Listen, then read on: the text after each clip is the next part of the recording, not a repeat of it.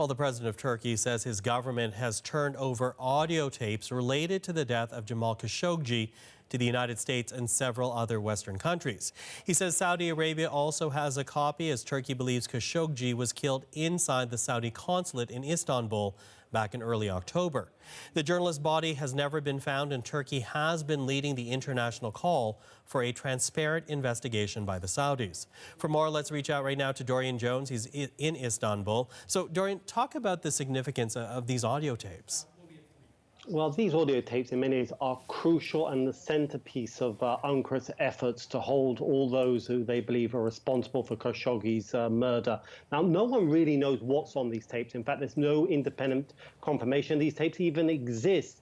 But they, through a series of leaks from people that who are close to the investigation in Turkey of Khashoggi's murder, they document the last minutes of the journalist's life, his killing, his dismemberment of and disposal of his body. And the fact that they have been using this information by leaking it to the media has built up a lot of pressure on Riyadh. It's forced Riyadh to change its stories 4 times and eventually admit to the killing of the journalist. Now Ankara has decided to share these tapes with key players in this, the Americans, the French, the British, and the Germans. Does appear to be a new change in strategy by Ankara. Up until now, they've liked to keep those tapes close to their chest, keep all parties guessing. Now they are sharing that information. The key question everyone is asking is, what else is in those tapes? Is there anyone in Riyadh that is directly implicated to the murder of Khashoggi? That is the key question everyone is asking. It appears that this latest move by Ankara possibly has had an effect,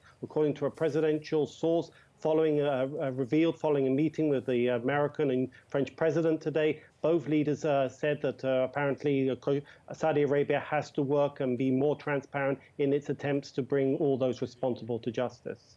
Well, as you say, many questioning whether or not it points to anybody in Riyadh. And we do know that the Saudi Crown Prince has been a prime suspect all along. What's the latest on his alleged involvement?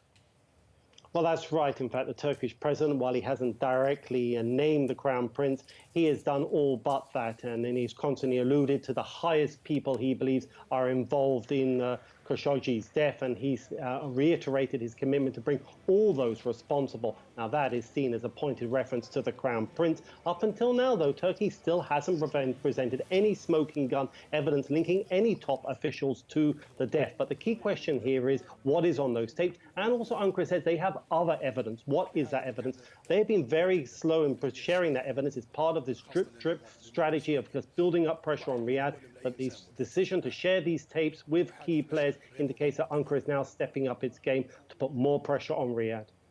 Dorian, thank you for this. That is Dorian Jones in Istanbul.